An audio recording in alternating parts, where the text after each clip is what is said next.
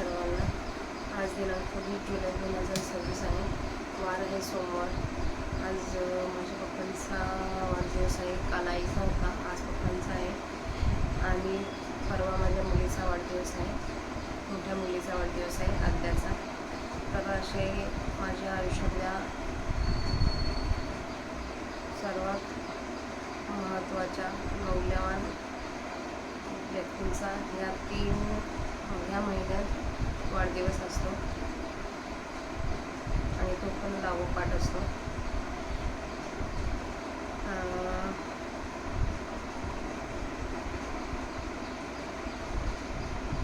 खरं तर वाढदिवस म्हणजे एक वर्षाने आपण मोठे होत असतो. लहान मुलांना उत्साह असतो की आपण 7 इयरचे झालो, 8 इयरचे झालो. पण आपल्यासारख्या व्यक्तींना वाढदिवस म्हणजे आपल्या आयुष्यातील 1 वर्ष कमी झालं. ठीक आहे, ज्याला भरभरून आयुष्य झालं तरी लोक असा विचार करतात. पण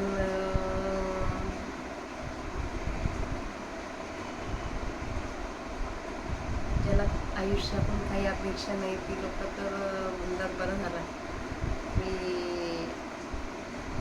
दिवसेंदिवस माझं आयुष्य कमी होत आहे.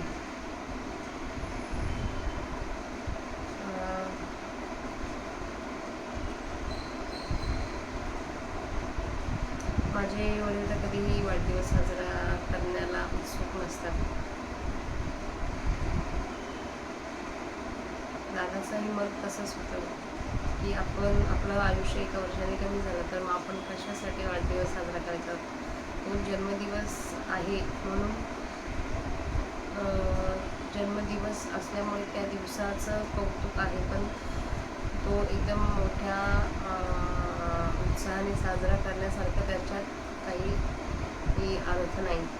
तर मग तरी पण आता न्यू जनरेशन म्हणजे आपल्या मुलांच्या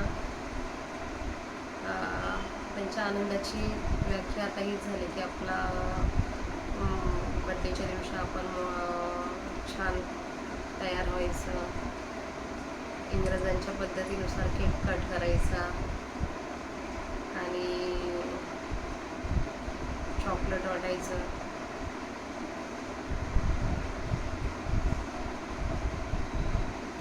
आपण त्या दिवशी आपण पण चॉकलेट वाटलं पाहिजे. त्या दिवशी आपण आनंदी व्यक्त केला पाहिजे, कारण की त्या वर्षात आपण आपल्या काहीतरी ज्या चांगल्या गोष्टी केल्या त्याच्यासाठी आपण त्या दिवशी आनंद सेलिब्रेट केला पाहिजे. आता एवढा आठवडाभर माझं लाईव्ह रेकॉर्डिंग राहील, म्हणजे ज्ञानेश्वरी वाचन राहील. तिथून पुढं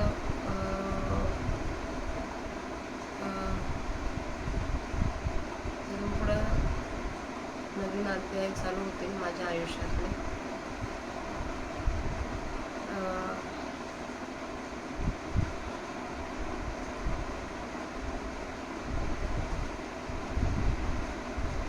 मला तर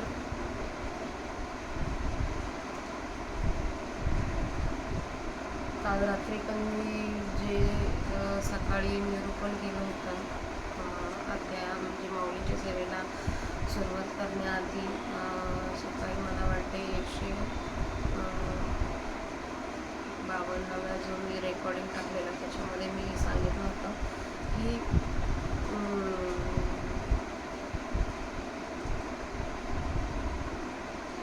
आपण जी भावनिक गुंतवणूक केलेली असते ती भावनिक गुंतवणूक रिटर्न व्हायला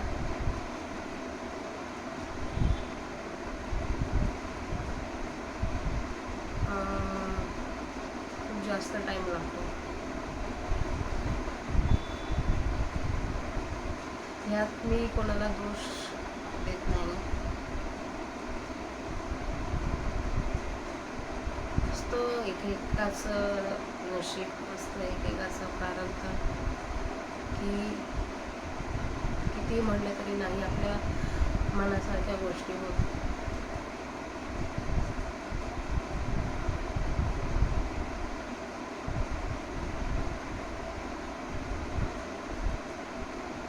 जसं श्रीकृष्ण भगवंताने सांगितलं की हा जन्म मरणाचा फेरा आहे, जे आपल्या मागच्या जन्मीचं प्रारब्ध असतं ते आपल्याला ह्या जन्मी भोगावं लागतं. कदाचित मागच्या जन्मी खूप जास्त मला माझ्या मनासारख्या गोष्टी घडल्या असतील, म्हणून ह्या जन्मी माझ्या मनासारख्या त्या गोष्टी घडत नाही. माझी कोणाबद्दल काही तक्रार नाही, ना माझी नशिबाबद्दल तक्रार आहे, ना माझी देवाबद्दल तक्रार आहे, ना माझी स्वतःबद्दल पण तक्रार.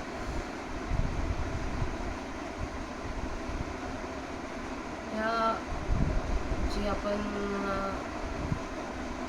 चैतन्य शक्ती जे बोलतो, डिवाइन पॉवर,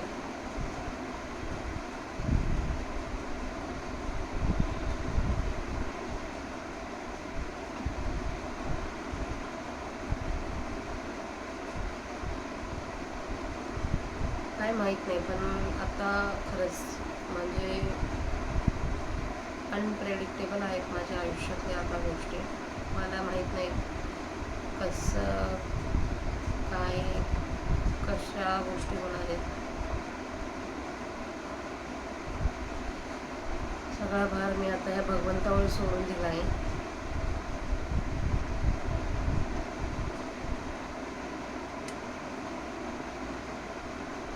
ज्याचं कोणीही म्हणजे ज्याला कोणासमोरही मोकळं होता येत नाही ना, तो भगवंताजवळ मोकळतो. आत्ताच मी एक इंस्टाग्रामवरती रील पाहिली होती की आपल्या आयुष्यात जे काही आपली नातेसंबंध आहे, कितीही जवळचे मित्रमैत्रिणी असू दे, कितीही जवळचे फॅमिली मेंबर असू देत, कितीही जवळचे म्हणजे आपल्याला हे दिवसाचे जे मिळालेले 24 तास आपण ज्या लोकांसोबत आपण ते घालवतो, ज्या लोकांची काळजी घेण्यासाठी किंवा ज्या लोकांवर प्रेम करण्यासाठी आपण घालवतो, ती लोक ना एक दिवशी म्हणजे त्या लोकांचं प्रेम कमी होतं. आपल्या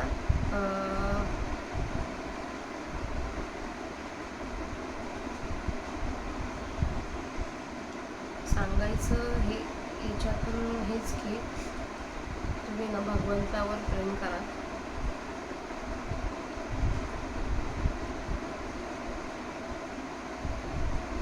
कारण की शेवटी जायचं तर तिथेच आपल्याला. मग तेव्हा जाऊन प्रेम करण्याऐवजी का नाही आत्तापासून प्रेम करायचं. कारण की सगळं जग तुमची साथ सोडेल, परंतु तो भगवंत, ही माझी माऊली, ती कधीच तुमचा साथ सोडणार नाही.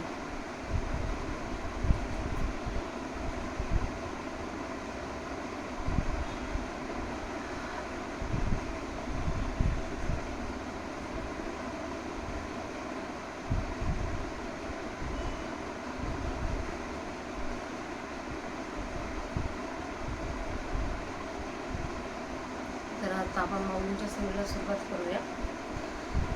वक्रतुंड महाकाय सूर्यकोटी समप्रभ निर्विघ्नं कुरु मे देव सर्वकार्येषु सर्वदा अनंतापुरी पुण्यभूमी पवित्र इथे नादतो ज्ञान राजा सुपात्र तया आठवीता महापुण्यराशी नमस्कार माझा श्री सर्वज्ञानेश्वराशी. मनं न भव मद्भक्तो विद्याची मा नमस्करो मामे वैश्यस्य सत्यं ते प्रतिजाने प्रियोस्य मे.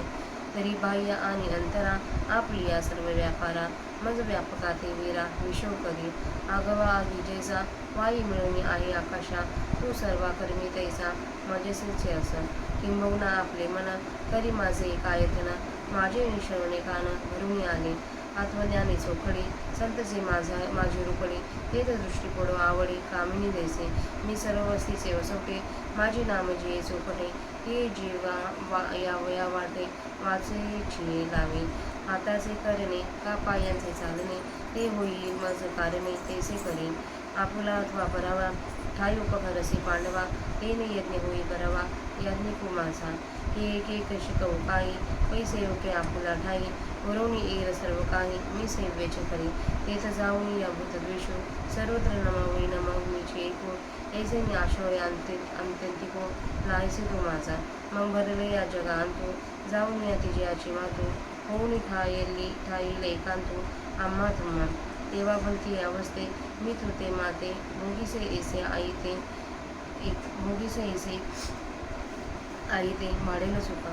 म्हणे तिचे आढळ करीते, हिमालय अर्जुना जेथे, ते मीची म्हणून तू माते पावसी शेते. जशी जळीची प्रतिमा, जळनाचे बिंबा, एका भागोबा काही आहे. तू पै पवन अंबरा, का कल्लोळ सागरा, मिळता आडवारा होणार सागा. म्हणून तू आणि आम्ही हे दिसता हे देहधर्मी, मग यांच्या विरामी मीची होसी. या ओला माझारी होय न होय जने करी, येत आन अति तरी तुझीच आन. पै तुझे आणवाने, हे आत्मलिंगा ते शिवणे, प्रीतीची जाती लाजणे आठवणे दे. हिरवे वेद निष्प्रपंचू, जेणे विश्वास भासो हा साचू. आज्ञेचा नटनाचू काळात जिने, तो देवी मी सत्य संकल्पू, आणि जगाचा हितो बापू. मा आणि साक्षीको का करावा, परी अर्जुना तुझे निवेदी. मी या देवपणाची विरुदे, सांडली गामी हे आधे सगळे निदोळा. पै काजा आपुलिया, राव आपुली आपणया, अन वाहे धनंजया तेसे हेके. तेथ अर्जुन म्हणे देवा, आचाट हे न बोलावे, जे आमचे काजे नावे तुझे नि ऐके. यावरी सांगो बेससी, का सांगता ही भाषे देसी. या तुझे या विनोदासी, पारू आहे जे. कमळवना विकासू, करी रवीचा एक अंश, तेच आगवाची प्रकाश नित्य देतो. पृथ्वी निवनी सागर, भरी जती एवढी थोर, वर्ष तेथे मिशांतर सातू टोके. म्हणून अवतार्या तुझया, मज निमित्त नामनाव्या, प्राप्ती असे दानी राया कृपानिधी. तव देव म्हणती राहे, या बोलाचा प्रस्ताव नोहे. पै माते पावसे उपाये साचसी येणे, सैन्य सिंधू पडलिया, जो क्षणू धनंजया, येणे विरची केवरावया कारण काही. तैसे सर्वत्र माते भजता, सर्व मी होता अहंता, निशश जाऊन तत्वता मीच होसी. एवं माझी एक प्राप्तीवरी, कर्मा लागून अवधारी, लाविले तुझ उजरी उपायांचे. जे आधी तव पांडुसुता, सर्व कर्म मज अर्पिता, सर्वत्र प्रसन्नता लाईता माझी. पाठी माझा ती प्रसादी, माझे ज्ञान जाय सिद्धी, तेने मिसळे जे त्रिशुद्धी स्वरूपी माझा. मग पार्था ती ठाई, साधे साधन होय नाही, किंबहुना तुझ काही उरेजिना. तरी सर्व कर्म आपुले, तुवा सर्वदा मज अर्पिले, तेने प्रसन्नता लादिले आजी हे माझे. म्हणून येईन प्रसाद बळे, नवे झुंजाचे मी आळळे, न ठेकीचे एक बळे भाळून तुझा. जेणे सप्रपंच अज्ञान जाय, एकमी गोचर होय, ते उपपत्ती चैनी उपाय येता रूपही. मिया ज्ञान तुझा आपुले, नाना परी उपदेशले, येणे अज्ञान जात सांडिले, मियाले धर्माधर्मचे. सर्वधर्मान परित्यज्य मामेक शरण व्रज, अहं तवा स्वरूपापभ्य मोक्षयिष्यामि मा शुचाः. आशा जैसे दुःखाते, व्याली निंदा दुरिते, हे असो जैसे दैन्याते दुर्भगत्व. तैसे स्वर्ग नरक सूचक, अज्ञान व्याले धर्माधिक, ते सांडून निघाले अशेक ज्ञान येणे. हाती घेऊन तो लिहू, सांडीचे जैसा सर्पागारू, का निद्रा त्यागे घराचारू, स्वप्नीचा जैसा. नाना सांडले निकवळे, चंद्रीचे तुपे पिवळे, व्याधी तागे कडवाळे पण मुखाचे. आगा दिवसा पाठी देवणी, मृगशाळे घापे तेजुने, का काष्ट त्यागी वनी तेजेची जैसा. ऐसे धर्माचे टवाळ, दावी अज्ञान जे कामळ, ते तेजुने त्याचे सकळ धर्म जात. मग अज्ञान निमालिया, मीचे एक ऐसे अपैसा, सनिद्र स्वप्न गेलया आपण भेदेसे. तैसा मी एक वाचुनी काही, मग भिन्ना भिन्न आन नाही, सोहम बोधे त्या जाठाई अन्यनी होय. पै आपुली निभी देविन, माझे जाणे जय जय एकपण, त्याचे नाव शरण मज येणे गा.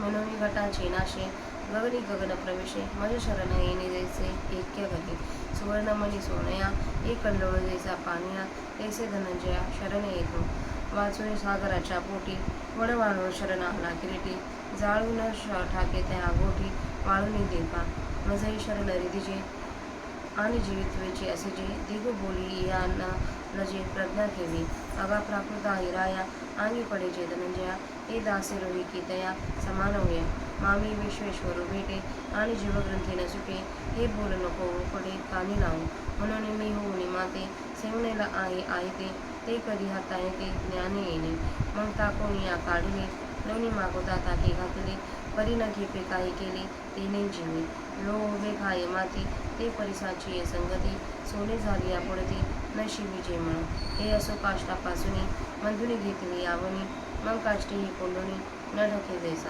जैसे आलोय तो मज शरण रेगली या तुझं धर्माधर्म हे सहज लागतील ना अर्जुना काय दिल करू देखत आहे अंधारू की प्रबोधी होय गोचरू स्वप्न प्रभू तेसे म्हणजे से कौटलया मी स्वरूप वाचून आण काही उरावया कारण असे म्हणून त्याचे काही चिंतीना आपले ठाई तुझे पाप पुण्य पायी मीची होईन जळी पडली या डवना सर्वही जळ होय जक्षणा तुझं मी अनन्य शरणा होईन तैसा ते सर्वबंध लक्षणे पाप उरावे तुझेपणे ते माझ्या बोधी वायाने होऊन जाईल येतगिनी पैसा सुटलाची आहासी धनंजया हे मज प्रकोशने सोडविन होते या कारणे पुरती हे आधी नवाय जेती मज एकसी आहे सुमती जाणून शरण ऐसे स्वरूप दुखसे सर्व दृष्टी डोळसे सर्व देश निवासी बोलिले श्रीकृष्ण मग सावळा संकल्पनो भाव परसोनी दक्षिण आलिंगना स्वशरणो भक्त राजतो न पावता जया ते काके सुनी बुद्धी दे बोलणे मागवते ओसरले ऐसे जे काही एक बोला बुद्धीसी अटक ते देवयामिक केव्हाच केले हृदय एक झाले ते हृदयचे ते हृदय घातले द्वैत न मोडिता केले आपण ऐसे अर्जुना दीपे दीपे लाविला तैसा पविक्ष्वंगो तो झाला द्वैत न मोडिता केला आपण फेपालता तेव्हा सुखाचा मग तया गुरु आला जो धनंजया तेथ वाढू तरी उगलोनिया केला देव सिंधू सिंधू ते पाव जाय ते पावणे ठाके तुला होय वरी रेगे परवानी आकाश होई तैसे त्या दोघांचे मिळणे दोघा नावरे जाणावे कवणे किंबहुना नारायणे विश्व कोंडले इथं आपल्या 1425 ओळ्यांचं वाचन झाले आता त्याचा मराठी जायचं बघूया माझ्या ठिकाणी मन ठेवणारा हो माझा भक्त हो माझे योजन करणारा हो मला नमस्कार कर म्हणजे तू माझ्या परत येशील तू मला प्रिय असल्यामुळे हे मी तुला प्रतिज्ञेवर सत्य सांगत आहे तरी अर्जुना तू आपल्या सर्व बाहेर इंद्रियांकडून आणि आतून मनाधिकांकडून होणाऱ्या कर्मांना मी व्यापक त्या मला विषय कर ज्याप्रमाणे वायू सर्वांगाने आकाशाशी मिळून असतो त्याप्रमाणे सर्व कर्मामध्ये तू माझ्याशीच मिळून राहा फार काय सांगावे तू आपले मन माझ्या एकट्याचेच राहण्याचे ठिकाण कर व तू आपले कान माझ्या श्रवणाने भरून ठेव आत्मज्ञानाने शुद्ध असलेले जे संत ती माझी रूपे आहेत त्या संतांच्या ठिकाणी जशी सुंदर स्त्रीवर प्रेम करावे प्रेमाने कामुकाची दृष्टी पडते तशी तुझी दृष्टी प्रेमाने पडू दे मी सर्व जगाच्या राहण्याचे ठिकाण आहे त्या माझी जी चांगली नावे आहेत ती अंतःकरणी उतरण्याकरिता वाचेच्या वाटेला लाव हाताने करावयाची कामे अथवा पायाचे चालणे ते माझ्याकरिता होईल तसे कर अर्जुना आपल्या अथवा दुसऱ्याच्या ठिकाणी जो काही उपयोगी पडशील त्या यज्ञाच्या योगाने तू माझा चांगला यज्ञ करणारा हो हे एक एक काय शिकव तू आपल्या ठिकाणी सेवकपणा बांधून घेऊन इतर सर्व जग मद्रूप समजून ते सेवा करण्याला योग्य आहे असे समज तेव्हा प्राणांचा द्वेष नाहीसा होऊन सर्व ठिकाणी वारंवार नमस्कार करण्याला मीच काही तू एकटा शिल्लक राहीन असे केले म्हणजे माझा परम आश्रय अतिजवळचे सानिध्य तुला प्राप्त होईल असे झाल्यावर मग या सर्व भरलेल्या जगात तिसऱ्याची गोष्ट जाऊन आम्हा तुम्हाला एकांत होऊन राहील त्यावेळी कोणत्याही अवस्थेत तुला माझा व मला तुझा भोग घेता येईल असे आहे ते सुख वाढेल आणि अर्जुना प्रतिबंध करणारे तिसरे जगत कल्पना जेव्हा नाहीसे होईल तेव्हा तू म्हणजे मीच आहेस असे जाणून शेवटी तू मला पावशील पाण्यात पडलेले सूर्याचे प्रतिबिंब पाणी आटून गेल्यावर आपल्या बिंबाच्या ऐक्याला येताना काही प्रतिबंध आहे काय अरे वारा आकाशाला मिळत असताना अथवा लाटा समुद्राला मिळताना त्यास कोणाचा प्रतिबंध आहे. म्हणून एक तू व एक आम्ही असे द्वैत देहाच्या उपाधीमुळे दिसत आहे. मग देहाचा निराश झाल्यावर तू मद्रूपच होशील. या माझ्या सांगण्यामध्ये मी म्हणतो त्याप्रमाणे होते किंवा नाही अशी कदाचित शंका घेशील तर ती शंका घेऊ नकोस हो. या माझ्या बोलण्यात अन्यथा असेल तर तुझी शपथ वाहणे म्हणजे आम्ही आपली शपथ वाहण्यासारखे आहे. मी स्वभावतः सत्यवचनी असल्यामुळे मी शपथ वाहणे ही लज्जेची गोष्ट आहे. परंतु प्रेमाची जातच अशी आहे की ती लज्जेची आठवण होऊ देत नाही. एरवी वेदांनी निष्प्रपंच भेदशून्य असे ज्याचे वर्णन केले आहे व ज्याच्या आधारामुळे हा विश्वाभास खरा वाटतो व ज्याच्या आज्ञेचा प्रताप काळाला जिंकतो तो मी सत्यसंकल्पी देव असून जगाचे कल्याण करणारा बाप आहे. असे जर आहे तर मग शक्तीचा आग्रह मी का करावा. परंतु अर्जुना तुझ्या वेदाने मी देवपणाच्या बाण्याची चिन्हे टाकली आहेत. तुझ्या वेदाने मी हा अर्धा जवळजवळ जीव झालो आहे व तुझ्या वेदाने तू माझ्या वेदाने पूर्णपणे ईश्वर झाला आहेस. अर्जुना आपल्या कामाकरिता राजा आपली शपथ वाहतो त्याप्रमाणे हे आहे. यावर अर्जुन म्हणाला देवाने हे इतके फार बोलू नये. महाराज तुमच्या एका नावानेच आमचे सर्व काम होते. असे असून तू सांगाव्यास लागतो आणि शिवाय सांगत असताना शपथही घेतोस. महाराज या तुमच्या विनोदाला पार आहे काय. सूर्याचे केवळ एक किरण कमल वनाचा विकास करण्यास पुरे आहे. असे असता देखील कमलाचे निमित्त करून तो सूर्य आपला सर्व प्रकाश जगाला नित्य देत असतो. मेघ हा पृथ्वीला शांत करून समुद्र भरले जातील एवढी मोठी पर्जन्यवृष्टी करतो. त्या मेघाच्या वृष्टी करण्याच्या कामात सातक हा निमित्त मात्र असतो. म्हणून तुझ्या औदार्याला मी एक म्हणावयास निमित्त झालो नाही काय. हे राजा कृपानिधी तुझ्या या ज्ञानदानात जगाला लाभ होणार आहे. तेव्हा देव म्हणाले थांब आमचे हे वर्णन करण्याचे काहीच कारण नाही. पण या उपायाने तू खरोखर माझ्या स्वरूपाला पावशील. अर्जुना ज्या क्षणात मिठाचा खडा समुद्रात पडतो त्या क्षणीच तो विरावयास लागतो. त्याला खडेपणा उरण्याचे कारण काय. त्याप्रमाणे सर्व पदार्थ मात्राच्या ठाई मला बसले असता व सर्व मद्रूप व्हावयास लागले असता देह अहंकार विशेष जाऊन तू खरोखर मीच होशील. याप्रमाणे कर्मापासून तो माझ्या स्वरूप प्राप्तीपर्यंत उपाय स्पष्ट करून मी तुला सांगितले.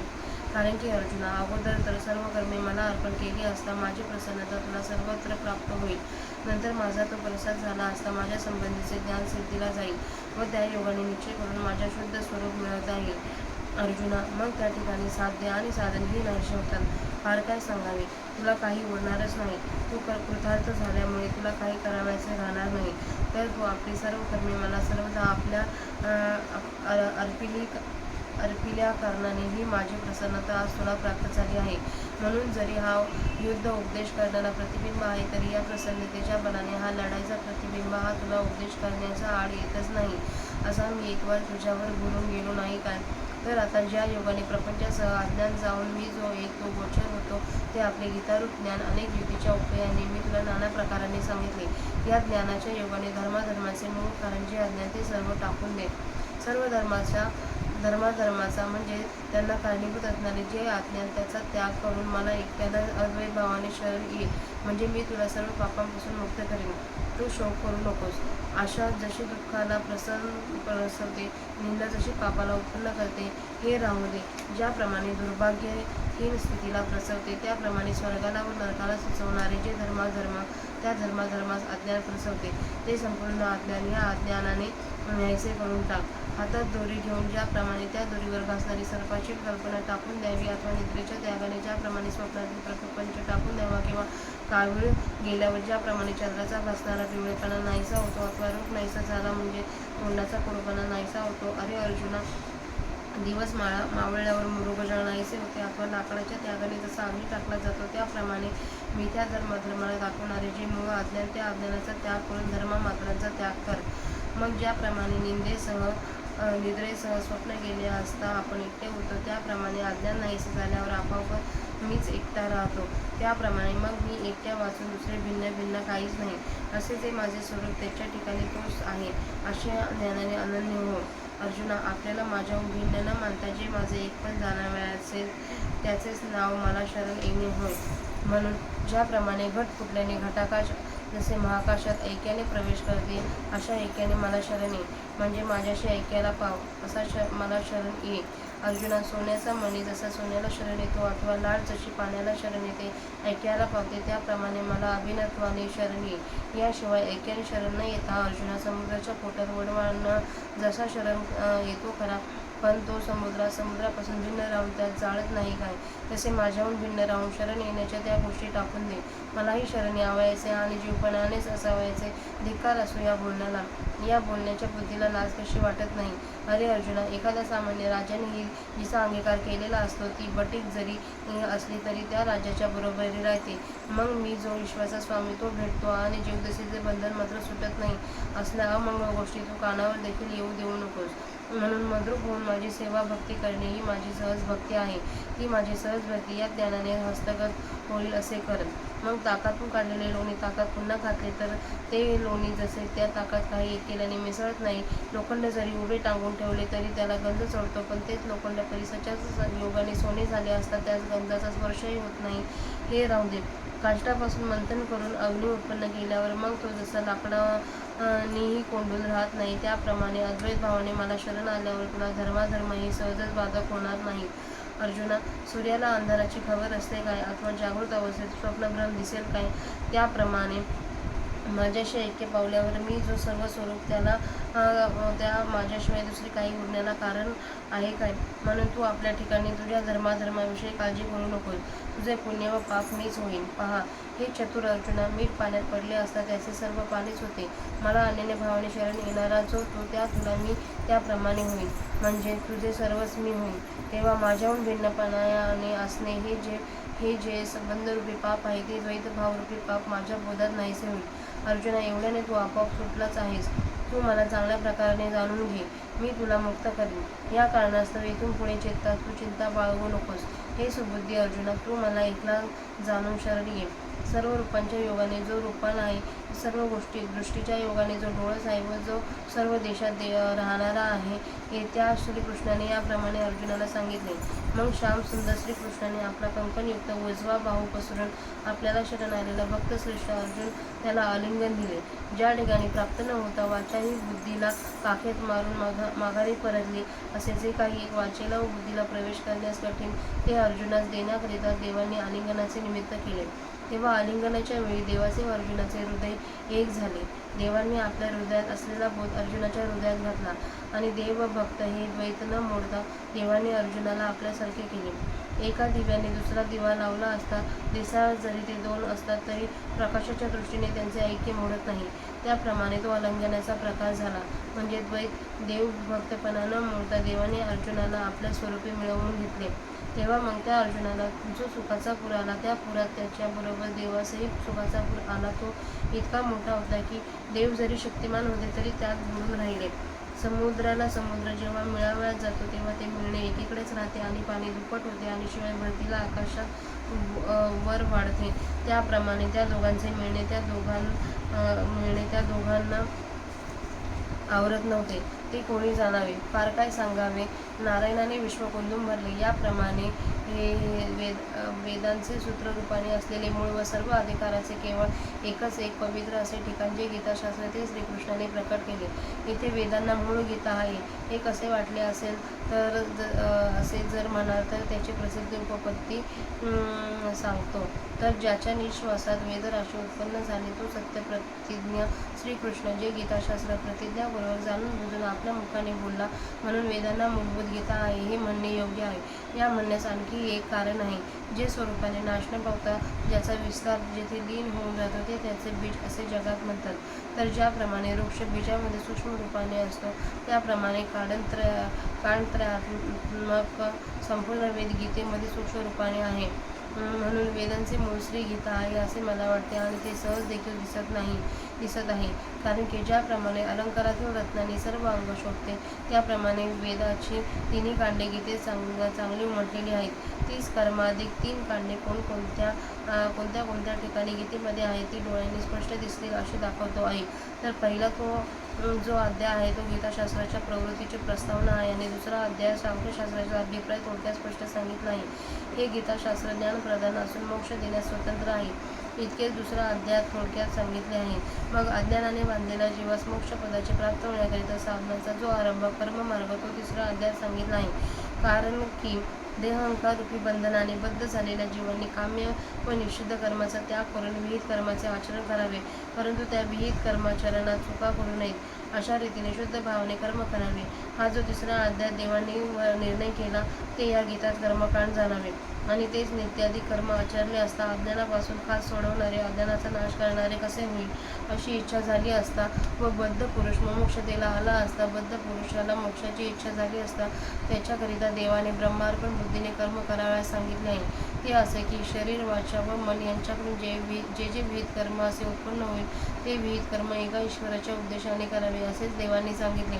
कर्मयोगाने ईश्वराच्या ठिकाणी उपासना कशी करावी या सांगण्याच्या विषयात चौथ्या अध्यायाच्या शेवटच्या भागात आरंभ केला. चौथ्या अध्यायाच्या अखेरपासून तो विश्वरूपाचा आकार अध्याय सर्व संपेपर्यंत कर्माच्या योगाने ईश्वराची उपासना कशी करावी हे सांगितले. या गीतेमध्ये त्या 8 अध्यायात स्पष्ट देवताकांड, उपासनाकांड आहे असे गीताशास्त्र सांगत आहे. हे आडपडदा सर्व मी स्पष्ट सांगतो.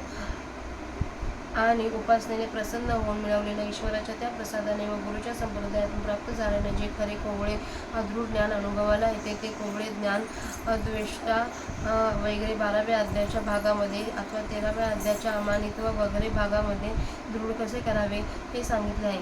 म्हणून आम्ही 12व्या अध्यायाचे गणना ज्ञानकांडात करतो. तो 12वा अध्याय पहिला धरून आणि 15वा अध्याय शेवटचा धरून अशा या 4 अध्यायात निरूपणाला ज्ञानरूपी फळाची परिपक्वतेची पूर्णता हा विषय आहे.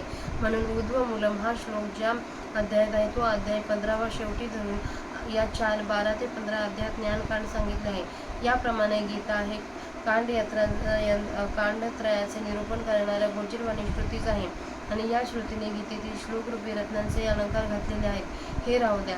हे 3 भाग असलेली गीतारूपी श्रुती जे एक मोक्षरूपी फळ अवश्य प्राप्त करून घ्यावे म्हणून गर्जना करीत आहे, त्या मोक्षाचे साधन जे ज्ञान, त्या ज्ञानाशी नेहमी वैर करणारा जो दंभादी 6 अज्ञानांच्या दोषांचा समुदाय तो 16व्या अध्यायात प्रतिपादन केला आहे. आपल्या स्वरूपी मुक्कामावर पोचवणारा शास्त्ररूपी रक्षक बरोबर घेऊन तो अज्ञान गुणांचा समुदाय रूपी वैरी जिंकावा हा देवाने निरोप जेथे सांगितला आहे तो या गीतेतील 17वा अध्याय होईल.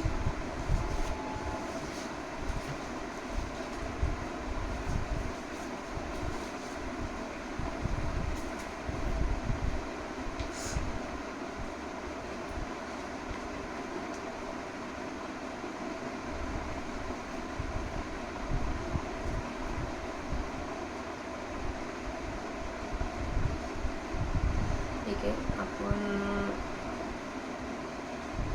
25 ओव्यांचा मराठीत अर्थ पुढच्या 25 ओव्यांचा मराठीत अर्थ वाचून गेला आहे.